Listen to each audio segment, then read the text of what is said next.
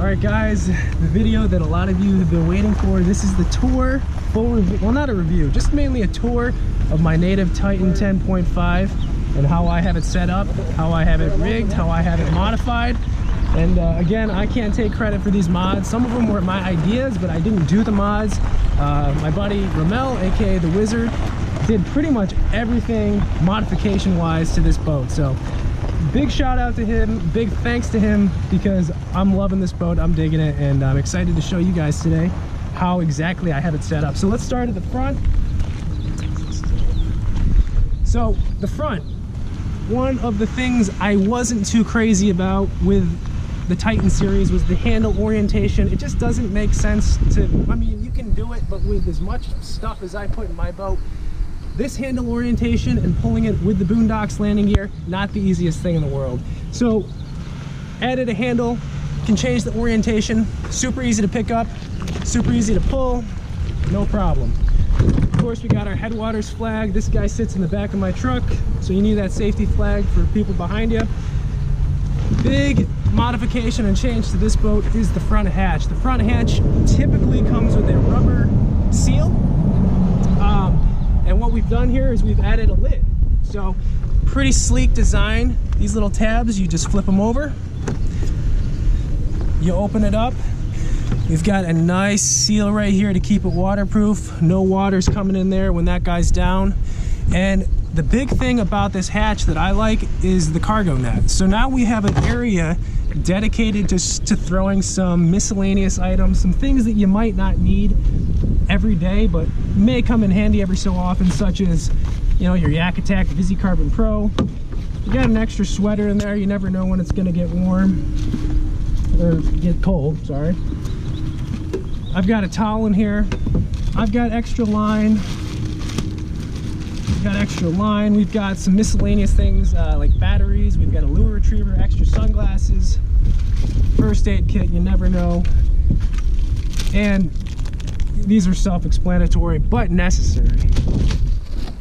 So that's the front hatch. Oh, and the cool thing about this front hatch, this flexible bar,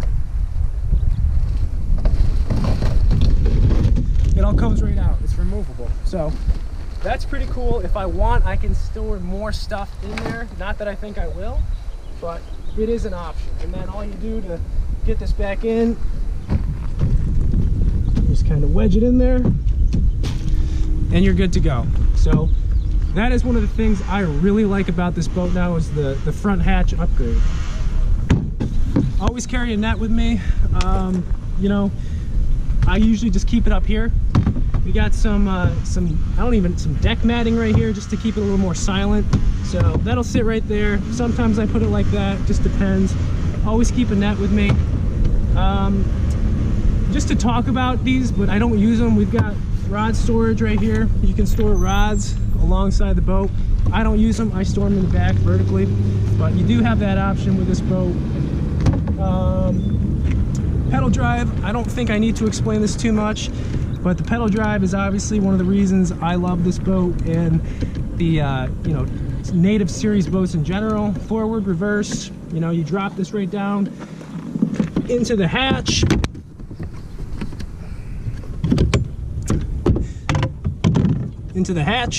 And you're good to go. Put this on top and you pedal away. Forward, reverse. I've got a little ram mount right here. This is supposed to be for like your phone or some electronics.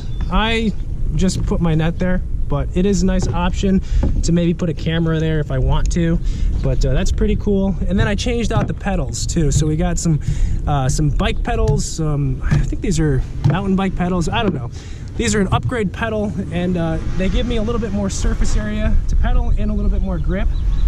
Just FYI, any of the stuff that I talk about today, if you have questions or want to know where to get it, I will link it all in the description. So all these products, all these upgrades, pedals, whatnot, check out the description, and I'll link them there. So we got that out of the way. What else? So let me just take this out for a second. Let's talk about the seat. The seat is something that has significantly changed and been modified on this particular boat. So the first thing we have is a riser. Ramel added a riser. Basically, it attaches to that bottom gear track, and it gives me about another 4 or 5 inches of height in the seat. Now, if I wanted to, with the seat as is, I could add another 2 inches by putting the seat on top of these mounts right here, but that's just a bit too high for me, and it makes reaching the rudder control a little bit too much of a reach. So right there is actually a perfect height for me, perfect position. I can still reach the rudder control, and I still sit in a better angle, so my hips and my back is just a lot more comfortable. So the elevated seat for me was a huge upgrade, and I love it. Another modification we should talk about is this guy right here. This is what we call the junk drawer. Now, obviously, this does not come standard on these seats, but man, what an upgrade. I love it, and it's basically what it is. It's a junk drawer. It's what you keep miscellaneous items in. We've got sunscreen, we've got sunglasses, some split rings, KVD fish sticks, little highlighter, some tissues, a buff, and I do like to keep extra batteries and SD cards in here as well. So that's the junk drawer, and man, that's actually one of my favorite mods to this boat, because, you know, if you want to get something quick, even like a bait or something, you just open it up, keep your baits right there. Another cool modification to the seat, again, doesn't come standard. Because we added this riser, we had some space down here to play with. So what Ramel did was add a couple slide out trays. We've got these 2 slide out trays just for some extra storage. I'll probably use one as like a garbage can, throw extra line, throw extra, oh, there's a bait right there. Baits in there just as a garbage to keep it tucked away, not have wrappers and stuff flying out of my boat. But you know, just extra storage, extra space that we could utilize, and I'm not sure exactly what I want to put in there, but it's nice to have it. Another upgrade is just a little lumbar support. Amazon purchase, I think it was like 10 bucks. Put your back in a little bit better position, especially if you're going to sit for most of the day. I tend to sit and stand because this boat is very stable, so you can stand in it no problem. Let's talk about the Torpedo. So we've got a Torpedo 403C. We've actually mounted the control, forward, reverse, you know, the safety clip right to the seat. It's on a nice ram ball, so you can adjust as is, but it's fine like that. And the nice thing about me when I travel is I take my seat off, so this all comes off the boat and I don't have to worry about it. It sits in my truck, or I take it, you know, in the house or whatever. So this all comes off and comes with me. So basically, forward throttle, and then we got reverse. And there will be more on this in the future, but man, this thing is a game changer, definitely an upgrade for me, and just getting me to places faster and, you know, further. I think it's got like 15 to 16 miles on it for the battery life, which is crazy. And yeah, I'll do another video and talk more about that in future videos, but just to kind of touch on it right now. As far as the motor goes, we obviously need to drop it down, so that was kind of rough, but that's how you do it. And then if you get in that thick, nasty stuff, you need to pull it up like so. Other side of the seat, we've got Calico's donkey leash. This thing is a lot safer to put fish on. I've had the lip gripper before, and with a lip gripper, one time I had it over the side, the fish jumped and torqued the handle and it came off. We've got scissors, pliers. The seat has a nice tool caddy. That is not custom, that comes with the seat. Another add-on to the seat, and probably the last customization to the seat, is behind it. We've got a little hinge lid right here, and the purpose of this hinge lid is to mainly add shade to keep my drinks cool. We've got some extra wiring here, but I don't have a ton of space because I jam my black pack full, and I like to keep drinks, you know, at the ready. And when I was putting them back here before the lid, they'd get real hot, obviously.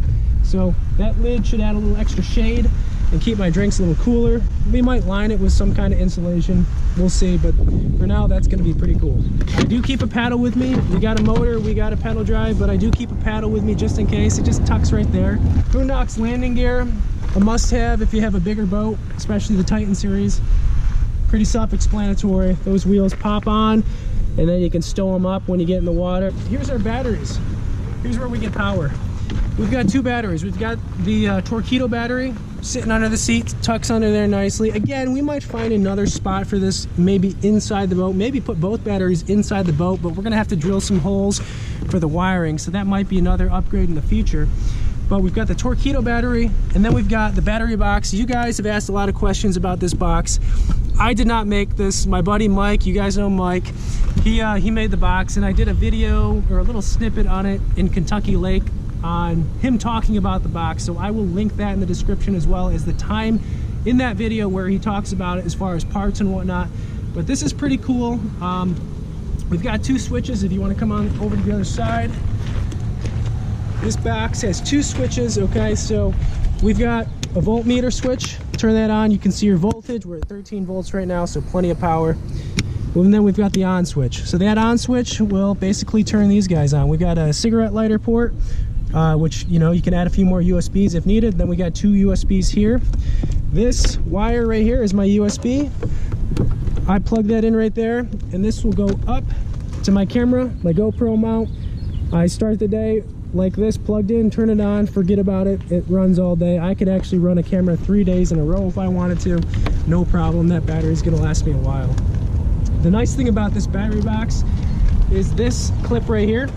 So this clip is basically how you connect it to the Fishfinder, and that's also the clip as to where you plug it in for power and charging. So super simple, super clean.